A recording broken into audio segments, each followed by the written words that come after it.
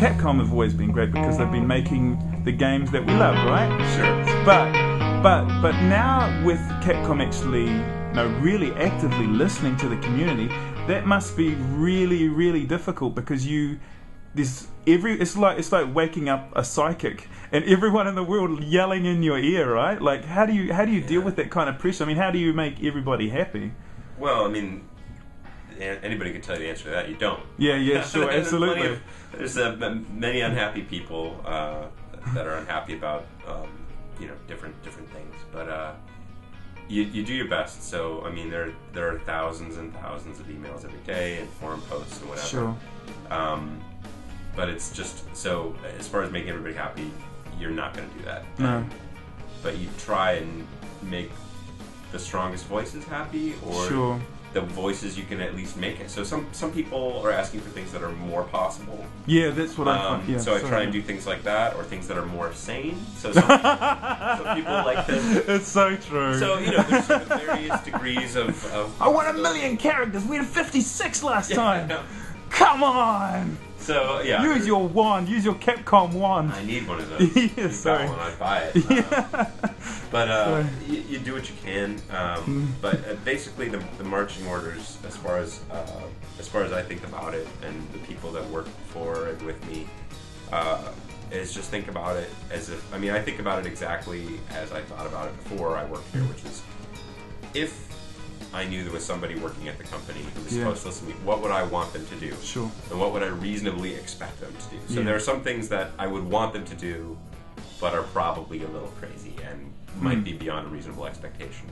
There are other things I want them to do that they should really do and are just good business and good for their fans and a lot of other things. So those are the things I try my hardest to make happen, and just to, even when I don't have something, I mean, there's many cases where I don't have good news, or I don't have the answer, or even if I have the answer, I can't talk about it at this time. Yeah, sure.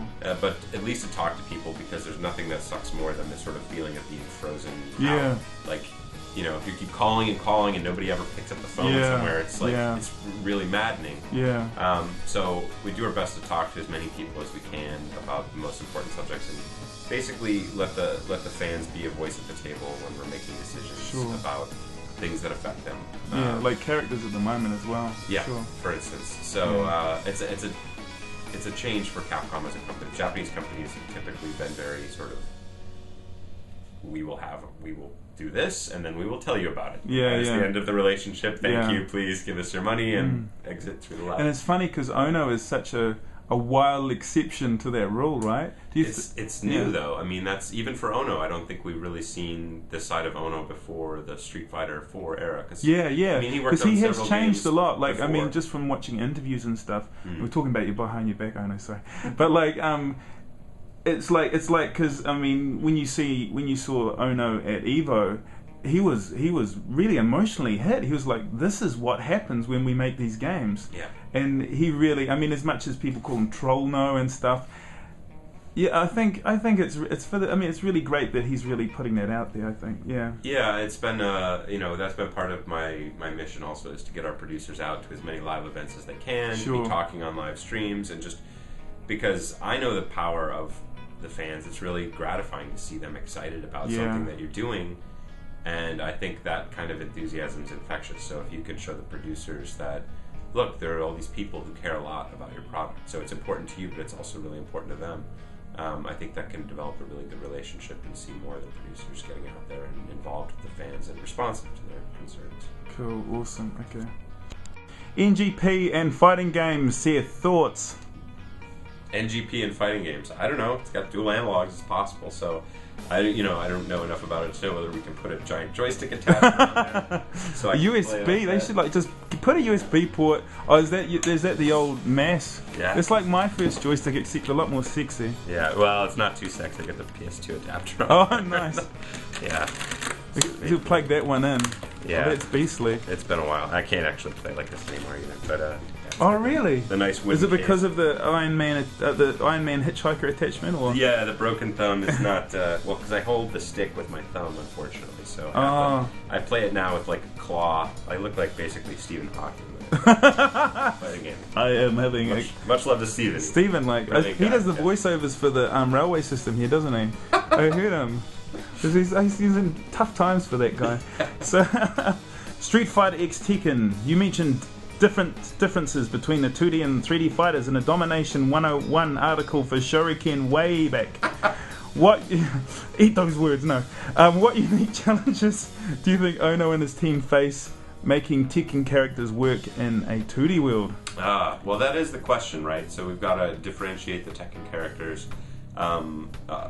in a 2D plane without necessarily some of the sidestep abilities and other kinds of things that help differentiate them in a Tekken environment. But it's certainly possible, and it's actually been, from the design side, sort of a fun challenge. Yeah, so, it would be. There's some interesting things. What do they do about fireballs? Like, how are they going to get around it? They have some sort of unique advantages.